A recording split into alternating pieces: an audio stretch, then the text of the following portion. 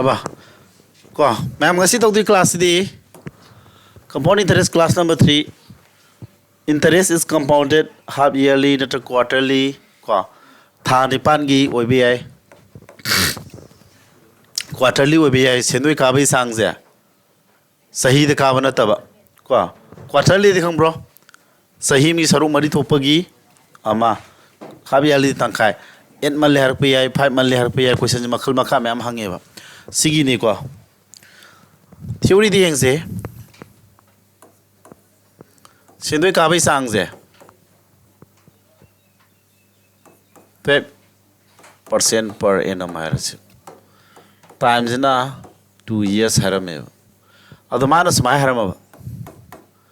If interest is compounded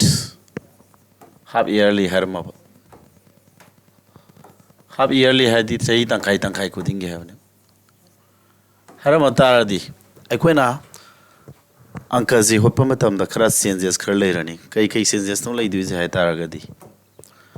Ahama da sahi de sendoi ka bane ba ma pyramid sahi de karagadi 12% hai bani. Time na kya no sahi ani hai bani. Ado man hoji sendoi ka duisi kya no. Interest duisi sahi tangkai. Ado half yearly adu ta adi man sendoi ka is half yearly have natro. Half yearly have se akoina ke dautare. Masi sahi de on thodi kya no. Sahi de on thodi half yearly hadi 6 months. Half yearly have se ka manaba londa adi hayeng 6 monthly har jai ko. Tha kya gi tha taruk khudingi hai tarap. Ata di tha taruk khudingi have se akoina ke dautare. Sahi tha taruk have se 6 months have natro. 6 months have ne 6 months akoina sahi de on thoke taraga de ke dautare. 12 ne thone aduna 12 ne thodi adu kya tare 1 by ye don thodi kya tare 1 by 2 ko manabra adu si ne ba khona ai koiro hot pe wane ko si buthon hona ne adu half yearly have di sahi don thoka da di 1 by 2 ne adu na rate di ke doni rate di hala le ramado asina puri gane rate na ke do ba rate na ke dawi puri है बस ने भाई ना नोई दखंगा निंगी जी रेतना के दोने बा पूरी रखनी कनाना पूरी कदुई नो असागी सही तंखाई ना तरगा था तरुक है बस अखोई ना सही दोन थोगा ना फंगी बस की 1/2 ना पूरी ने अदुगा टाइम के मतांग जिदा नम के दोने असागी हाना ले मिदु क्या ना 2 years ना त्रो अदु टाइम ना नम के दोने हम तम दा डिवाइड तो थोकने कनाना असागी 1/2 ना खेनरी सिमुने यंगो को से aina sido ulli se point out tori jaga se khangjulo rate na ke doeba kasai sto phangai 1/2 se sina multiply tawni time dana divide tawni time dana yen ba time na ke dotare divide to ba rate ki matang dana puri ba sini ka orno adu ti kya tare se rate to kya tare 6 tara ba 6% lower ni time de kya tare yen abji into wala de ke dotare into wala di mathonga ona yadena yena ba haiba symbol jina puri bon tara di mathonga ona have sigi 1/2 je adu ta di 4 time na 4 lower ni re na kya 6% chumju sumang wani haiba di sahi ani ne ba sahi ani si sahi tangkai khudi sendoi ka du ni sahi ani da sahi tangkai kya yauri ge sahi ani si da sahi tangkai je mari rak yauri ba natro 1 year haiba ke no 1 year haiba da sahi tangkai je ani rak ne yauri je 2 year hai di suma ni la ni mari la odra hab ya ja amane hum mari sumaina atra sahi den sendoi kya kari ba trying to ka bani sahi tangkai da di sahi da trying to ka di sahi tangkai da di adu ki tangkai la odra 6 phangai ja aduna he me sam na noina sida ko general concept se sina tabida ina formula use story se puri ba masu yena sine je heng lura kan da di sina laksar ka duine ba haibadi rate to 12% ni rate ki matang dana ke dawi puri rakani time ki matang dana yen thokani kana no puri du je natra kana yen du no haib du na sai ke do mana sindoi ka du se sei tang khai gi habani na madu ye do thoka 1/2 phange asigi phangai be value sina 1/2 sina rate na multiply tawni time dana ye ni si khang ya ba he adu di kari gumba yaur kini question me am sig khang ma matam dana adum question din naina raga adum satki bi yarani se question number 1 find the amount of rupees this kanoni ko goods guard ko goods guard manager gi ko exam gi ni railway gi ko Find the amount of rupees this in 1 year at 12% per annum when the interest is compounded half yearly. Amount put however never. Amount put okay have formula there quick already we know that. See name formula do not try. Time do not see the exponent with upon. But since this color quarterly half yearly have not draw. Half yearly have the camera neighbor. Half yearly the 1/2 year gamana draw. The Akuna rate to the Dotar Handler Madigano 2% say the 2% carbon draw. I don't say she 1/2 no free then. Catara 1% car and she went lower Holland and Kazi. Time the Cadama Pyramisa. Find the company this 1 year I'm not draw. Time the 1 year lemon draw. Handle me 1 year do quick only. Sit now 1/2 na yen name not draw. 1/2 yen means Puri Bolakana this my land to Catani. Time the na to learn the time to learn. Rena kya 1% lower uncle do Holland heaven. But that is formula as a doctor. As I see formula palo PD can oscillatro 100 plus R the other she low do in a throw. Time the Silonico. I'll do the 100 plus R 101 lava. 100 exponent to cat that time to see when lower name the throw. To smile like her name. How this is the answer. The 0 home. Spatasis malane. Because it's my lava. Exponent to a biniqua 0 home the Nagramani. Malane. That she put in a phone to 101. 101 is squad again 102. 102 01 Tarane. See the TNA to the 1020.1 Tarane. The answer is option number B for Bimsen as well. The day was 101 and he put in a way fold to the Alabanico. Aquila see 100 can hell is a 1 natra. Henry Beludo 101 Masamota Tizilaga 102 Tare. He live 100 he live 1 do Masamax the Tizin 102 Tare. He live 1 to square again 1 square the 1 at row. This is an issue knows my beaver. 102 square haddy 102 square haddy Malane qua 100 k helisi 200 he live to Masamata Tiziladi 104 lane qua. Aduga he live 2 square the 2 square the 4. This is an issue no baby. Echo my trick labor never. Hangama. The uncle says she did that when I told his kid, no? As I have the concept to use story. Very simple. Uncle Delir. Hey, Nico Sibodi, hey, Resalico. Next, we are about easy. The amounts on rupees, this amount put away 6 months. In 6 months, at 25% per annum. If the interest is compounded quarterly. Time though, quarterly have Nico. Quarterly Hataragadi. Quarterly have a quarter have the 3 months never. Not 3 months have the Sahi don't hold the 1/12 name to twin a throw. Other Catara 1/4 tabra. Sahimagi 1/4 year. Aba. Altar de Aquinic Dotare has Rietuka Shinani. Halemi but 25% to Dotare. Sinapurini Habra. In 6 months, if the interest is compounded quarterly, hai disina. 25% do fraction tare ko. Adagi time di kay log tare. Time 6 months na tro. 6 months ye apna 6 months hai di kay tare ne. 6 months to kare ke do tare. Sendo ka du ji thao mom khudi na tro. Thao modum kya yauri da. Saro ani yaudra. 2 times I tare. At the time the 2 lower name. Yandabrasia. Nothing aside from Lata Fangi, say any Haggy and I know I won't complain the way I do Mong Hotka say don't Tom Tare. I say don't Tom do that. 1/4 Gilani. Other 1/2 into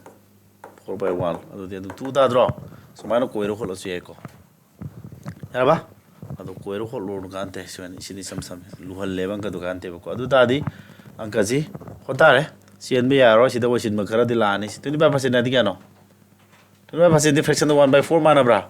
Into 1/4 lava catare 1/2, 16/1 adudi. Uncle Pazikan for a ratio method. I won't take Dina. Takibra. Of the ratio method together.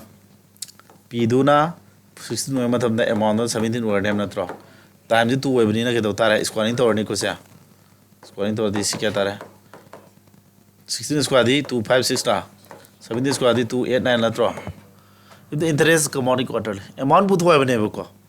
adu di ira la ta dro p du yong hoji si we kana sing mata kana no kana puri ta 10 puri ta dra amount du kana puri ta ne 10 puri ba adu kya ta 2890 ai ko angka dia khone tai se ai sum khan ma flow ji 9 na chali ko ai di theory du matang matang order 9 na chali ba yansin na de ko ngasigi type sida khoina kedore hojiki sendoi ka matam da farak tur ta ka ba se si holong na wana ba da hojik sigi concept sida han already ai mention da uram ne class number 1 da fajana sinagre da no ko ado class number 2 da su khara basic question khara nei no di awre ya ko se am se gyan dari ba adu sida khon angka du lu do mala me ba se fraction tar ki ba se adu tar ju ratio method sina ka dam lai dra adu na aina nan method ma'am ta ki do ratio method sina laksar ka du ni are ko next city CGL tier 2 question nam ngi ji what will be the compound interest on a sum of rupees this for 2 years at the 12% per annum if the interest is compounded annually hai radi ke do tare re se kya launi speed to ngam re am the holo no hana try to gam ni eng je ko no is ko try to on ge ai than holo ai than hai gale ba ai le to strain ke wang man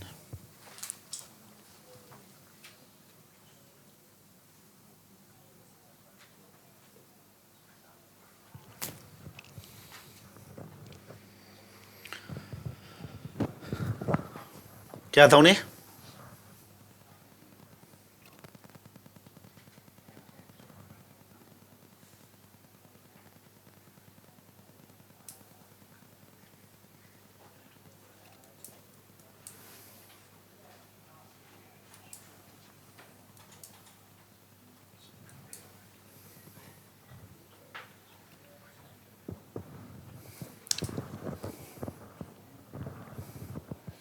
अरे table हम फागी दो चिमा पूरा बा हाँ class number 1 दा लू brung कसे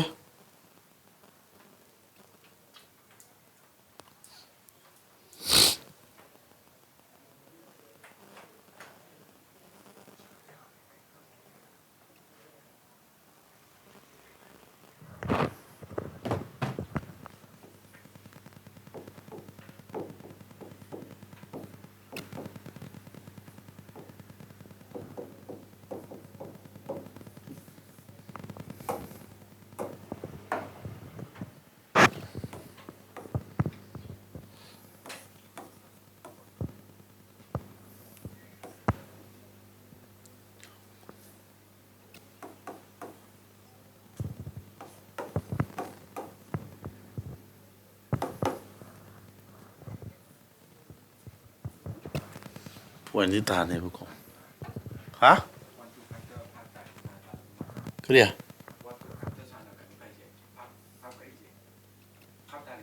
mga nipan mga kumanga sida sida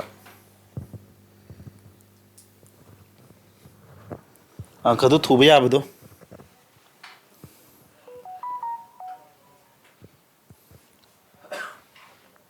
si puri basi dam da tawra si 2597 speed am to tawge tara ga disma la sida ena yela ka dui ba ko point ni tara ni da point ni thane mon ma pum lo we ni ko kumanga puri di kunnan puri tara di ani tram ni ani tram pan tara tram to ni mani manga tre kun songa ma khoni funga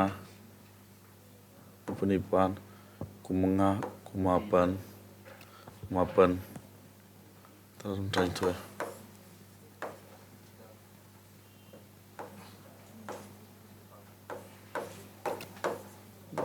add one trying to nipan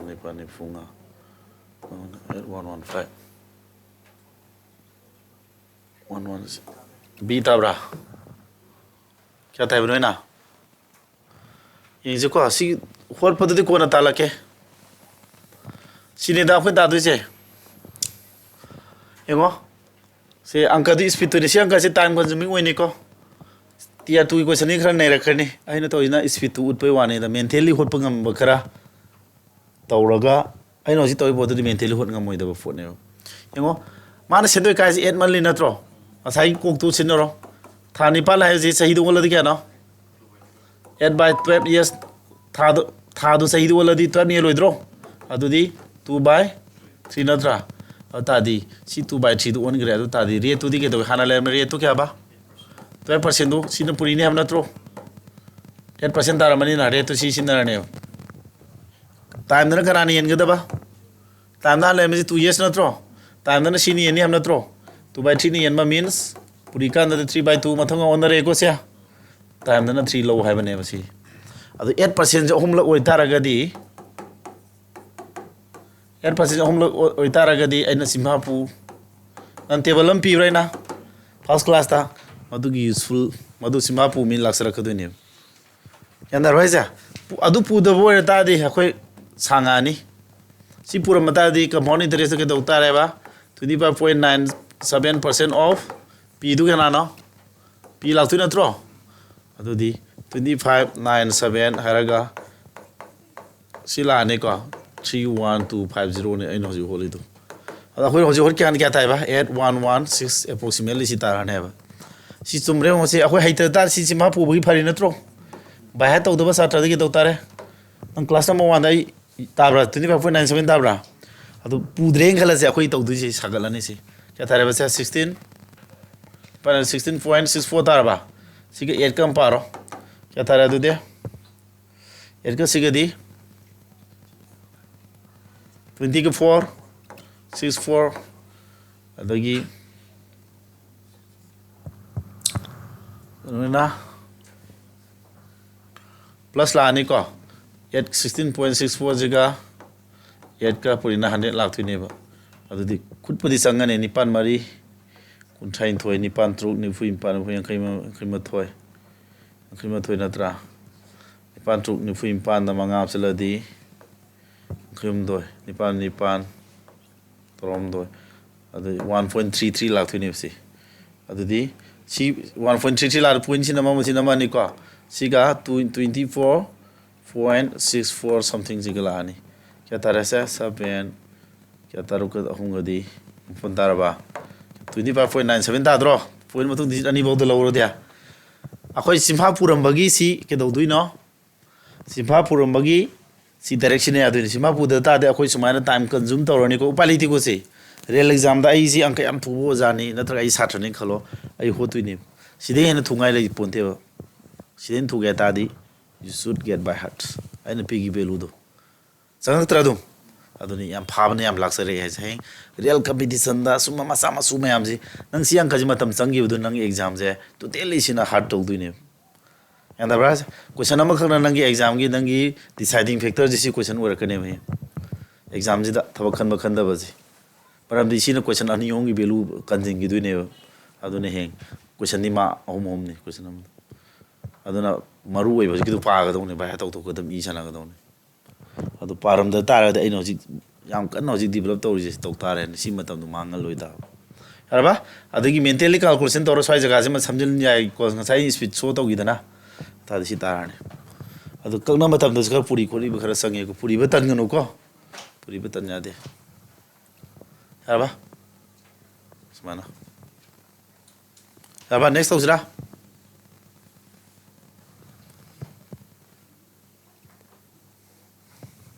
yanda over nei ko bo class number 1 gi do phajilo ko sidi if the interest be compounded half yearly then find the compound interest on rupees this at 20% per annum speed tan large se khara hai gala mina speed focus boy kolom payo calculation ka mai do geng se time na ni sung thora ni re na ter ma se sung thora ni la dro ter ma 21% la ni na yet ka 21 ga di 1680 tare si kolom thaninga leite within second manga gi question ni matam ni ko 5 second sanga mada param di hojiki to half yearly waramina re to kya lani se tangkai tarani ko ten percent sinani natra ta andi ke lani sai tangkai ani phangoi dro ata di 10% jani rak la di kya no 10% ni la di 21% tai hai dai nei na si khoi do so ni Kedara tu di compound interest equal to sigi di 21% tar ni ko Tara. This is the answer. Aba, sumana. Lare ko sinama. Sina CPU gini ko. Tubra. Namani ko. Next. Simuyo. Find the compound interest on rupees in 2 years. Add 20% per annum if the interest being compounded half yearly 2 years. Sina ke no? 10% mari lang mani. Aur ki table farming laksara mani. Mari ki orang mani 10% mari क्या था? Ado 46.41 natra. Ado farming adi laksara ni father mi di 46. Sini belak tu isi. Tuneladi 232 0.5 adidi 232 point sidar yetar pha min lakse drasya ko che pha da bi mong dos ko ai pha ko pha de 20% time no 2 years na tro le ja ado sibau di chamjin ba heyo ba 10% lak pe maram khangi ko 2 years 4 years song pe maram khangi ko ata 10% mari tu di akhoi bu thok ya si baudi si ma purum natro 10% ani pa di 21% ta hada ne 21 ani pa ba du khakta ne akhoi to du ji adar mentally to ya da na se 40 ga tu la ani 21 square di 4.41 natro 4.41 odi adu tisla di 46.41 si di mentally to ngam me ba adu si ma pu dra bo si di kitang thuri ko therefore compound interest equal to 46.141% of kari P ne P di sini adu si 46.41 by percentage ki 0 ani point matung digit ani lei mangan by 0 ani ne belai se manga ka adi 20 amada into 2 ne tho thamane 2 ne tho di 23205 ne ba adu 2 ne thokra di 10 namase le hori 10 nam ne tho di point matung digit sinama ma sinama ne 232.05 samala this is the answer Eko mana Cina hab yearly suma jam tu sina bani ko sigi je ludre ko do dia atau a sum of rupees was invested at the rate of 10% per annum for a period of 2 years compounded half yearly find the compound interest puto 10% je no 5% lani ko time na for the 5% mari ki lani haji ki do phabe am khane pho very useful oi 5% mari ki sinatra 21.55 21.55 tar mani 2155 this second da simapu ba min natra second hotu ja purum dradi second hon ngamoi ko simapu ba ne habadi hore samai lani re to kya ba 10% per annum natro adagi time no 2 years lei bane ba sendoi ka je half yearly ham natro sai tang kha di re 5% lani time na half yearly mari phangani sida hotu ni ba 5% mari rakse akhona effective rate percent puto phosi natro moi value se kya tai ba cha 21.55 point matung da khoi digi kya no ani khak log jabai wa ne ba mayam leram dui ne ba alta di compound interest puto ke ta di p dugi si percentage sina dui natra point mangan ba gi digit anim ga 0 anim ga percentage ke du kathana di si 2155 ta dui ne ba to bu point maning de ke dore point maning de ke dore digit mayam di leiri ha bani da aja khoi na 21 sida si lori se maning da mayam leiri bani point matung da khoi na sana bi wena digit ani ka logi bani da angka di si tara ne eko ado ngasai dia khoi na angka holak pis da khange pha ba ne se he ba ada phadu o sine na di ai piri du litte da na pa satwe no di pharo o jaw ko di khara phadra bo ye I thau loi gra mina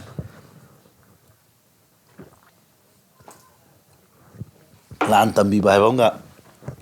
lan sakada bo noi khara khine dana Messi train tori bana ta Ronaldo train tori bo course to ta pa ga ne heri ji phiti moini oi hele dana adamai ta udana noi Messi Ronaldo oi de adre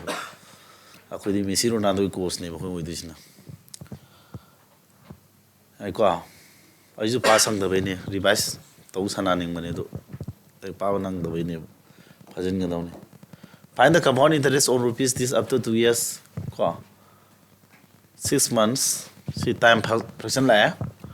at 20% per annum if the interest compound half yearly is am oigali ko है ना क्या लाने तो दे time दी क्या लागतो no time 5 लानी 20% पर rate क्या नो 10% लानी ने 10% तो क्या लागने फाइ अंक तो कॉम्प्लेक्स हो रही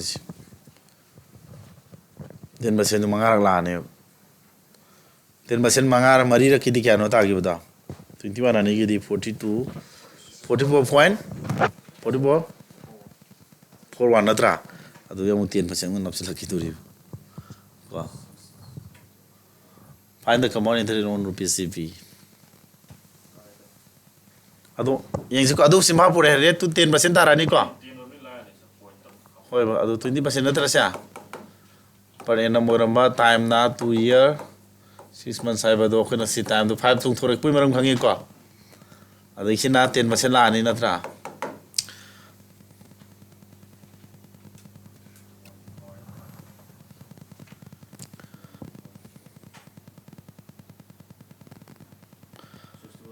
Aba adu de hojiki do ten mangarak to budi adu hojiki do phaba kangbu do na di 5 years ki di pha de ba khoi si ba pha ba da no khoi khangre 21 ani ki di kha ba 42 46.41 ne se adu si ti option ba gi di 56.41 de da kana ti silak tu no mentally to ten 4.641 natra adu ne 1501 61.051 ta du ne natra 61051 mangan bagi si pi du na silani tiene to tu natra kino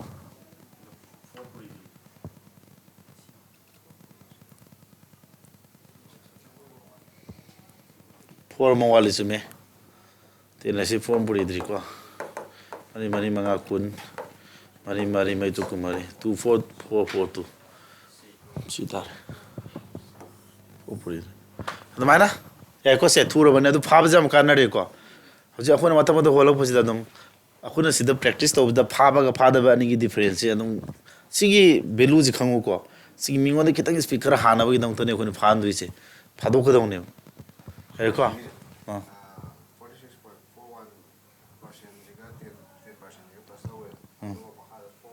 si lak pe matang je akhona si ni da sida si ko si muthat bi da hai je ba ko mentally holi ni swai jaga ja sing bai di formula pa matam da x plus y c% formula do ni ko noi di gyan dari bro tari ko e class 1 2 phajna ni thina yaw do nang mamam dui ni ina jau ko phajna si 4641 plus 10 plus si ni puina do na tro nati aina tawise kitam pro level no khalam na di speed tu asagi mentally hot ngam du ni da khona tum tamezi inang sida inang ngam na hono ngam draga hango bai ta ke ba ain to isang asagi khungjin yang na sela train do bai wa ne ba ai maram di thadui lan je khroni na aina si le ku thak si ji di ta nga na dai tap thai khar level na ne ma ta aga di ko si di akhoi si tien singan da de akhoi ke dora aduni salong ti mentally ne khoji holi je 56.41 ado si plus tor turi habe ni kha thami ne si di tien thing khna re ko cha tien yen thoga na point si na ma du si na ma ni 4.641 tara ne si na mentally holi ne me ba se akhoi brain lam phang ba jaga am di lei ba si ba di lam phang yen na swai ji de ado si mate akhoi ti sin na ba ji di simha bu ngamoi ba ngamoi da ba jaga du na kolom thabi ba ngamga da ba jaga du na mentally to ngamo da min to si ne ba Delhi da khoi gi anka turi hai mi ni si ni sidin thoka leite ba sidin thoba de sima pu na sung ngamoi ba akhoi practically am my goals and am chana ra yenga ba ne kadai bo yong ni speech thu na to ya ge ji ko ra ko sa mana a sidem khanga mani compound interest bothom matam da ke do ba kya no re si lak tu na tro 6 compound interest puto keta de khoi do 6 0.51% of p du ne bala ise adu di 6 point mangan bagi ke dora 0 point madung 0 hom lei badu 0 hom mane percentage ki 0 ni mane into har p value sine puri nari ne yare ko yanda hori bro next di tam tausi se soida hairo noi khango tam na slowly tause ba sidi compound interest on a sum of rupees 5,500 at 15% per annum for 2 years compound at mali hanjing gra basi ba kini khena mali da at mali hare ko at mali has di kya no 2 by 3 lakh re ko ngasa to mina 3 manga ni rate 10% ta ni 10% home la ni 33.1 adu this my la ni hore 33.500 33.10 home la ni manga ni 131.4 336 1820 sidan thurab ni ko si aroi bismi ne khoin thuri si ate really akhona thuya ba heng cgl tr 2 exam phamu matam da akhona thuru ba ya ba speed ut pai wane ko tamna tau se bam ta anoba kangu sum ne mar ta solam ma ga su 8 mali akhoni eng du se pirami ba rate to 15% ni heng exam sum tau le ga di nang moi ba sidi ka ai di thab khan gi ro hai du ni ko si le be no hola ga di tr 1 bo khara wa na thukani araba singna ha gi aji market chi da le ri ba competition gi le ben ji nga gani ko na ri je maram de akhoi sam ko zawi no ina ji kan gi le ben ji nga sali ne ba kada yong na thuna rage to rage ji ko yong adu ta di 8 man le ha ba se akhona ke dore sahi don thonga na di 8 by 12 adu ta di mari ani 2 by 3 na dra re ta di nga sai 2 by 3 puri ni ha dai sa re ta di puri ni amni na ka dara hum manga ni 10% dara ba re ti si we ne use to ro ni hoji time da di ke dore sa le ram po tu kana ye ni ba 2 by 3 ni ye ni ha na tro ata di yen bodu ke dore into on nga da ma thonga on na si 3 dara ba time no ji kana on sin na dara 3 10% ji 10% ji hom log le bi effective rate nga ta sai sin nei ja compound interest puto pi method kya noi nan ta ke do diagram method ta ya ratio method ta ya formula based ro to bota ya effective rate percent sini nga sai sin nei ji sini tu thuri ba sina ta ba to method sina ba to tap ka ne ba si to we di ke do ra ba ha to dro so dum ha pe khange ko ba ha to we ne ba ni thuri do 21 ta re 21 tin pun nga si 33 point kya ba 1% ta dra ata si khanga di compound interest ko to du ke no 33.1% of p sina kwai lai du ni ko point mangan bagi 0 omaga 100 percentage kisi malai p ni kya no 5500 kathana bu ka tu tare kakna bu ju angka to in hola ba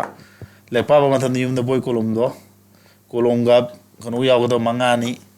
11 puri bi tik am ta ka dai ne 11 any number to puri di ke to ba 1 je thambiro 3 ge 1 ga muti sina ba 4 3 3 ga muti sina ba 6 3 ma than da lai re 2 ne lo di samantare re ko ba nani yeng da ba ma sidi yen dra sui ba option yeng ga 2 ne hek yen ma matam da ne last digit to number ma ba 0.5 lo ra ne 0.5 lo ba option nam khata na tro ye lo be ju da ga oi di any number am pirang gese 2 7 8 9 hai si tu ne ndoi na tra sa last digit o number na tro yen ba so ya roi ba adu angka ji sum hola ga last point matung da 0.5 la ne 5 man 0 ha pa di ka square di ha kir ha pa ru ku si so an da ne tu yen ya roi ba adu na si da re sa yan dai ko sia ta pa ba ne ko ta si na mo ko next single solo amani ka pajan sille dana aina tai ba mong ji speed thana ya bai mong ne ba samana ba ngasi tai se question ai samana ba type se question ta ne mai collection tawrisi aduna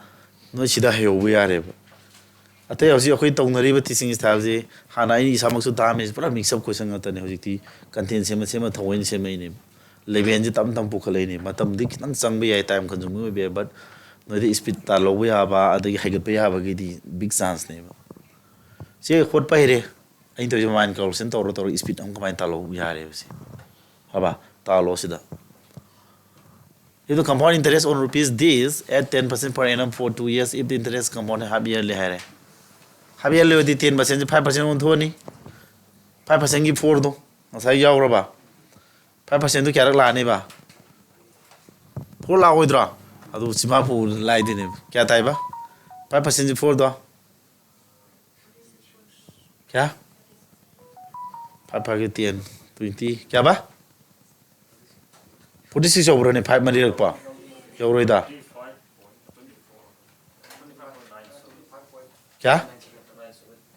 5 mari to 5 han bai 5 mari de kya tha ni 5 di 10.25 natra 10.25 ani di 20.50 adu 20.50 ga ko 20.50 adu 10.5 ani gi di kya no sam tara Samtara 11025 110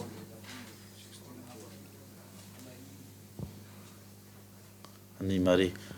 11025 क्या था बा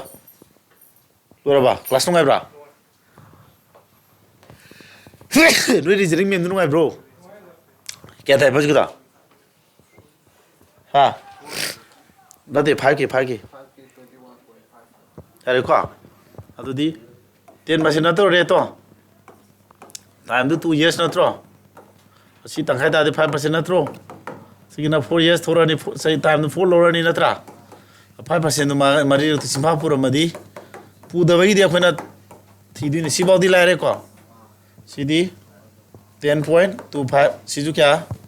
10.25 तारा सी पुल्ला दे मुके दोरा 20.5 तारा नहीं को plus 20.5 plus सी नि पुरी ना भी फोल्ड क्या तारा सी नि पुरी ना रगा 100 yen दुना त्रो सी नि पुरी ना तो ले दे हाय हाय तबा को सिमा पुदा मीना तो दिस आई सिमा पुदरे गलो आई पुदे बता सिना रगदी 25 पुरी 6 to 5 कुमंगा पुरी ना बहु दिखरा संबा ही को 1 for the 1025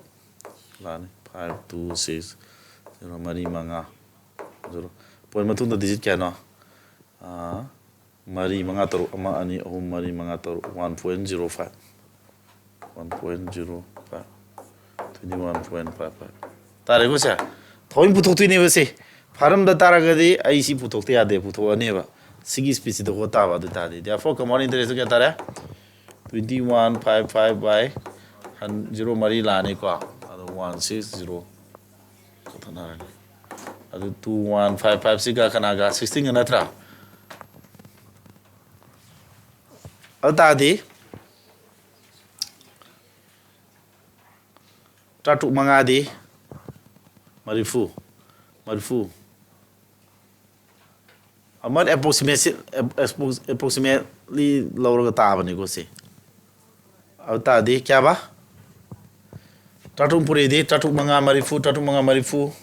निपान टाटुम तो निपान आप से कुन मरी अनि कुन पुरे टाटु अनि कुंठाई थोइदा नि कुंठा मरी 34480 साइना सीतानी दिखांगे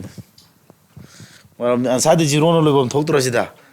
अदु असेंग मदन सादर पॉइंट मनिंग डिजिट मैम ले अप्रोक्सीमेट लौते अदु जीरो द मेंग 1 लोबे थिरक दुनी ऑप्शन 6 द लॉजिक से तो होला वर्क नि समझ को हाबा अदुदी अखोना हजिक मैम अमा लर्न तौरे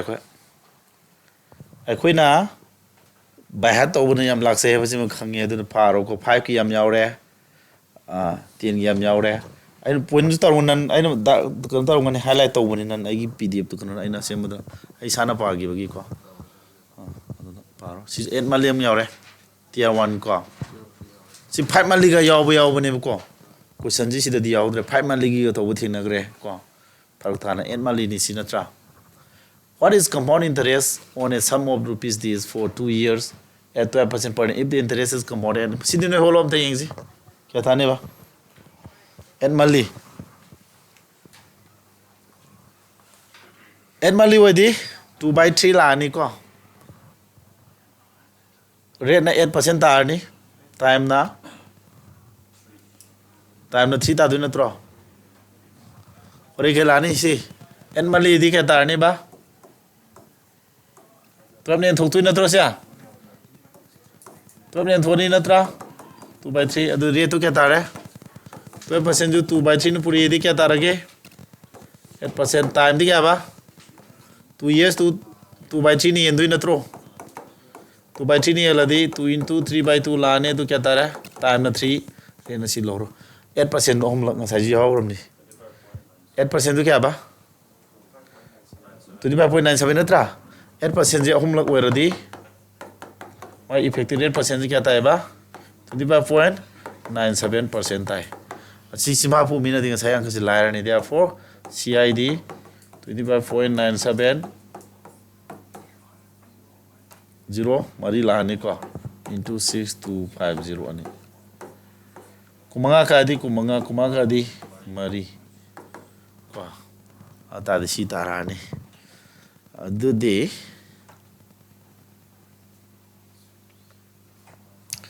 मरी पूरी रबा सीधे आंसर समय तारनी 259700 द 16 येलो टाटू अमा टाटू मरी मंगा गदी 99 टाटू तरुक मौडाटू 16 ना होबा आंसर थिरो मौडाटू तारबा कुंठा तरे कुंठा टेट ओदे टाटू अनि 162 this is answer एको आइना हजि तौरी मोंगजे सीधा कैलकुलेशन लॉजिक मसाम साने को कमायना उंगम रे उनको सीधा आइना मथत ले दुस के नो 25 का सी पुइना दु नत्रो मका फोन नत्रा मथस मका से फोन पुरिसिले फोन मुरिदि साम तारबा साम मानी 0 नि नपसेलो चारे को मका दना क्या ले रे 16 ना दरे ये लगा 16 ना यारे को लॉजिक तो कैलकुलेशन कितंग मयाम दगी समदत प याना बा तौरे को अदु तादि क्या तारे मतलब 1 चले मतलब 6 चले मतलब दसी 3 ले माने 3 का क्या गा सबे लावेद्रा अदा नेक्स्ट 2 सतोरे अदु तादि 162 लाख पा so 16 पाउदी मानारी को सिदा आंसर जे अनि जिमन द पॉसिबिलिटी लेइ बनेबा मतलब 2 लाख का नि का ददी लोइ होलुद्र जो सी दम तादोरे समान अदु दिसमा कैलकुलेशन द कर थुबा अदि सुम बिलु से बाय हात तोबा को बाय हात तोबा इन पी रे को अदु की टेबल दम फादो अदु तादे अंक जम थुरने आबा Tier 1 11 question yaure 2 11 yaure aduna si inaraga phajन hon ngam taraga noi sida phajन improve oilo atopa mayam amagi ko Delhi gi outsider ojasing tai du gi video yeng bai thodok ti sama nei ko akoi ju moi gi adum hape nai nari ni moina akoi de kya men high level tai bu no akoi ju nai na ba ngak ta ne ba ko yanda price ya kesu tawdo sa ni kanti ne akoi no hen phajaram ni tha sida bai na kono thagat bai na ta ba moi di kharabu mix ta we ba ai gi na hen among mix to sudo do vida to kai na type si ala ta sala bane si yong si if the interest be compounded have you then find the more interest on rupees the at the rate of 10% si di laira mani 21% ta du na tra sai manar to bom yaure na tra resi 10% la ni time di tu thora ni 10% ji tu ta effective rate 21% ta roidra adu common interest is 21% lani ko common interest is 21% of silani ko kala 1680 lani mana oidra hai ko yanda ko sidi manap to yaure resi 10% on thok wi maram time na tu on gi maram ko ko singi kanu do laktra ba sarna ro kono gi bye bye niwa yaw le sala yandari toi kum yandari ko extra question na mani hapsi mana mo do hol boring chu ni ko so question phaja ba mai ni singi I be ya ba ko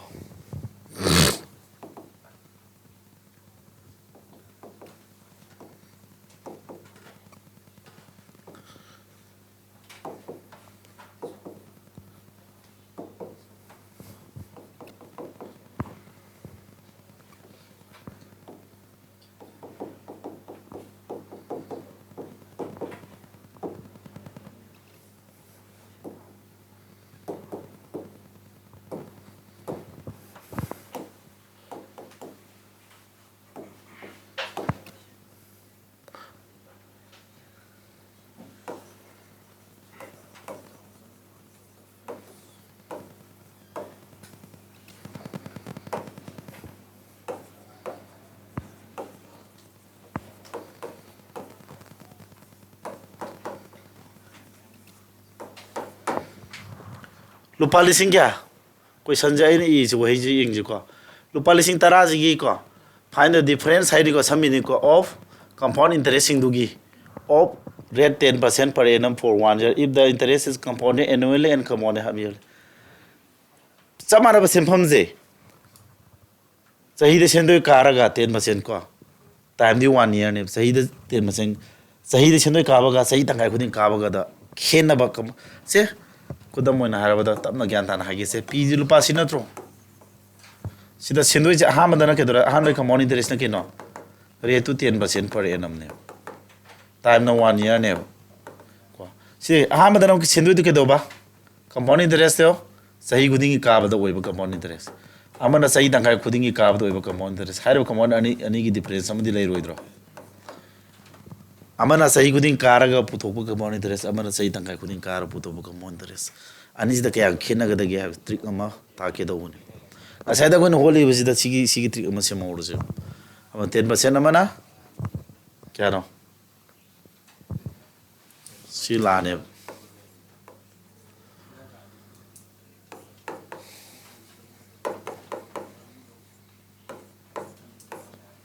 si ta ne on sa si kolom thale ra ro khona ko sigi shortcut se mai lai no how it comes ta ke ba mun ta ko yango akhona rate percent do 10% natro time na 1 year natro adu di rate percent 10% am la ne si oi di natra sahi magi adu karinguma sahi tangai da kar di rate percent kya la ne 5% la oidro half yearly oidi si la oidro time di kya la ne tu la oidro sahi tangai da half year la ne 5% anir ka 5% anir ka kya ga 10% ziga sir gi difference lak tu na tro ta di sam ne he khaira bada horen 10% mathan daga 5% ani ga ani khena bas keno si 5% ani ji hore formula pa na da 10 la ni 5 ga tina 10 la ni sida na ke dora purin 5 purin na di 25 by 100% la oidro adu khena bas siga ni khena bas keno sina 10 ni sina 10 de khare hel ro hele bas ruk sine hore difference ro tu ji adi sina rate 10% sina 10% de kitang hele bas tu si hele bas ruk sina difference oi du ne ba difference ki jaga se kana oirani difference si jaga se difference oirani adu difference kya ba 25 by 100% ne adu adi difference kya ta re ba 25 by 100% of sai p du si difference oirani ha ba adu adi 25% kya no 25 pakad 100 am le percentage ki 100 amaga p di kana no sinatro thana kya ta re 25 ta re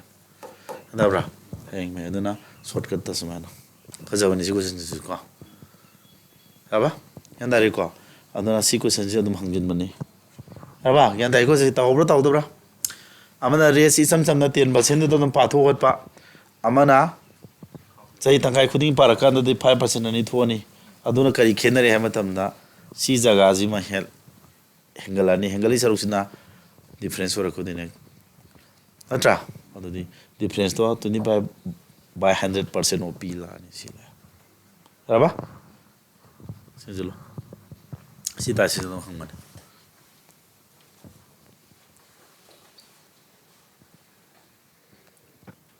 nami khoi live team je mi ni phugu ma thoi sure rosita ma thanda ni nga sai dei response to ri ja atai ne kai no lumpu to ma yam yaw jala ha lumpu to ma yaw bra hang de wangang de apa me sidi sijal tia tu extra question ni ko sidi extra question nei na se sum haidi hoji ki to chamana ta am ga sum taw le ra ga di noi to su boring churum ya ha ba ge no extra question khra ma hapchen mane mar mak ta bipul ga manis kana sempham lupa lising amaga saunga amasulising ani at the rate of 20% per annum amana 30% respectively on compound interest compounded annually. If the time period is 3 years for both, then what will be the total compound interest earned by people in the monies? Amana 20% amana kya? Time de kya no?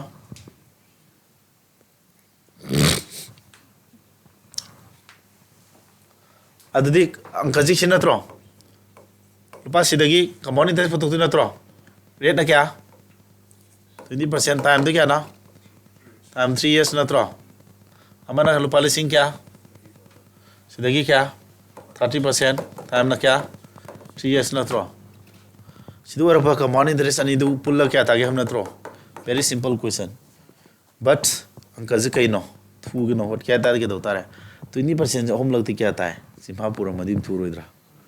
ꯁꯤꯝꯐꯥ ꯄꯨꯕꯩ ꯄꯣꯠꯁꯤꯃ ꯑꯗꯨꯝ ꯌꯥꯝ ꯇꯣꯏꯅ ꯄꯜꯂꯦ ꯄꯨꯊꯣꯛꯎꯀꯣ ꯅꯣꯡꯃꯗ ꯐꯨ ꯉꯝꯅꯤꯗ ngasi ngakhtang yum numidang pa sanaba I sanab pana pana I sanaba khara ko adu mind calculation khara sino adu hei nongala mu nisingba sum thingnan ma ngasi dagina hojik newman gi basi dagina ngasi coaching lakpo do homare thingnan am hono ba adu nising kane yango 20% 3 years adi 20% homlok ti kya ta angkaji compound interest ani ro holan mai mong ne ma do disi ko cd kya do sia cd 40 ka kya 44 ta dra 44 20 ka kya ta ra 64 ta ra ba 64 di 0 ka 64 88 na tra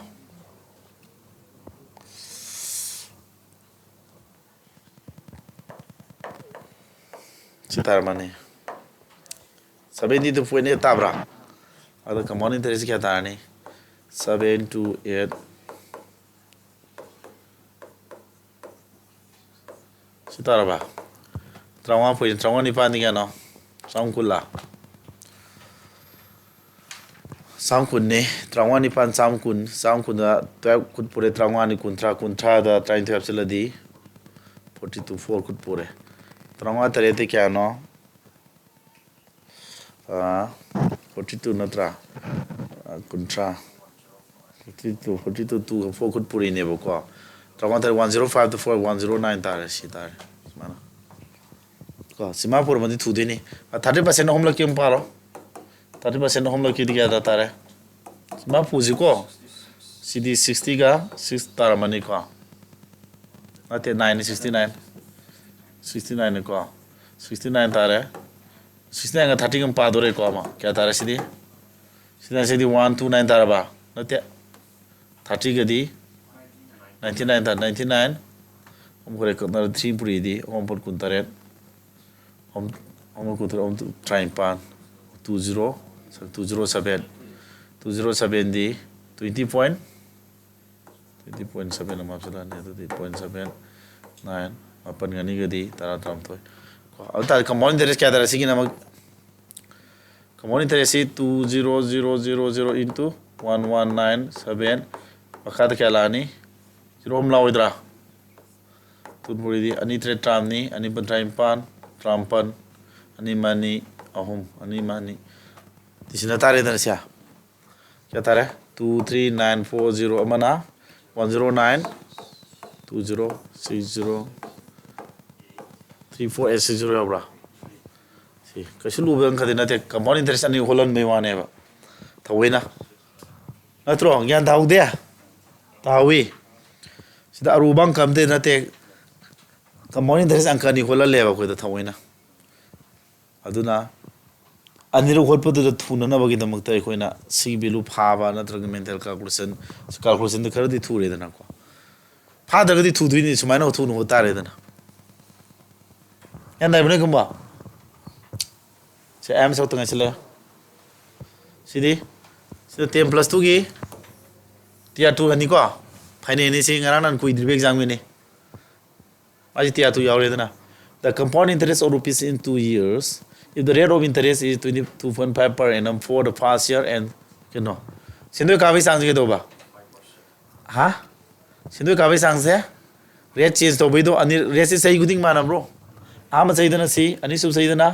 si second will be compound interest to be some question na true to bodu re se ke do ba mana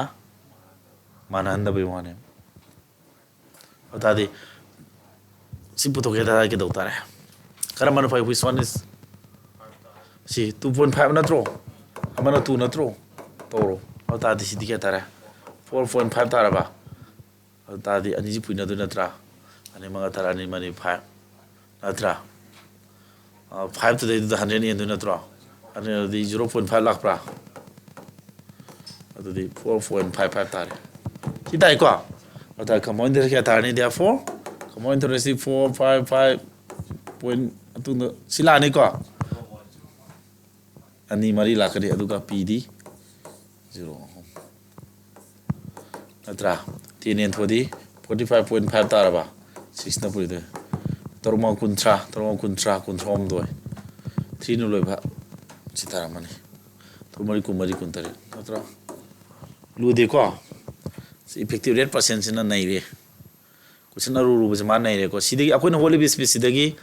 कनागुम्बा मना को ओजा होइगेरा साट्रो होइगेरा सिदी हिन पलतु थुनी हाबदे थाजदे को सिगी Leben Jido होटपदा दम no याने दम selection दम याने बको याना को रेस के दोबा हामा सही नसी अनि सुब सही नसी इफेक्टिव रेट परसेंट पुथोइ नत्रो मेंटली सिनरी नि पाले फॉर्मुला दु काउ नु को ngasai दे सिने ngata ni सिने अखोइ ngasai दे सिने सि नत्रा मेंटली खरा यूज तोवे नत्रो सिदी लास्ट क्वेश्चन तुझी कमायना interest on rupees in years compounded annually when the rates are 8% and 10% for 2 successive years sisu samanya ji kidu kha rates se sumaina manada ha ma sayi 8% mathang na 10% kai na tro ang kudu tu ga ta di si mentally si effective rate percent sidi jimba pu bu yaw na ti ko mentally hot ngam ta try pa la ne ko pa na di try pa point 18.8 tar mani ko si thu nu thong ngam da bro si kana sa ta sum taw le ni ne sum taw le di no ko na ni me kom la pa la di si na tro lak thui si si 18 tar ba plus 0.8 la oi dro 18.8% hai ni ta ma le si ma ko le di na tra therefore compound interest ke tar hai 18 point mangan bagi 0 hom la oi dro mentil ho lo 240 si 188 से गा 24 गा अंसाजी तू no लोबे तारानी को सि पुरी न द्र सम यारे होय खरी गिनो सि पॉइंट जे अखोय सिदा तारेबा पॉइंट जे फिनिश नि को हाइदि पॉइंट दसु लेबा डिजिट सि सुलोय लोय नाय दबा अदुना ते सिदि लोय नाय गरम नत्रा अदु सि तारे अंसाजे अदुम सुम दौने यादा बायसे अखोय ओ डिजिट यूनिट डिजिट मेथड पांगा तू नो लोय नि हाजि यारे को तू नो लोय यारे को सा यंगो क्वेश्चन याम होली तारा मारी को अदुना हयेंग जो हयेंग तौदु सि टाइप सि याम मरो बंगा तो ओइदुनि को टाइम पुतो ब रेट पुतो बगी सम अलग अलग त चलन मने होइना हाइदि चावरबो पोर्शन दु मा मसा डिस्टिंग्विश तौरगा को मसा टॉपिक मसा द पुतो गो नोइ ज्ञान ता ngam no होना सिदि इन ngam no होनो लोसलो सलंग सि दि को ज्ञान तावर नुपि गंबो लाखो सानाय लाखो नोइ गंबो नोइ सेनिया गमु द लाखेद्रे म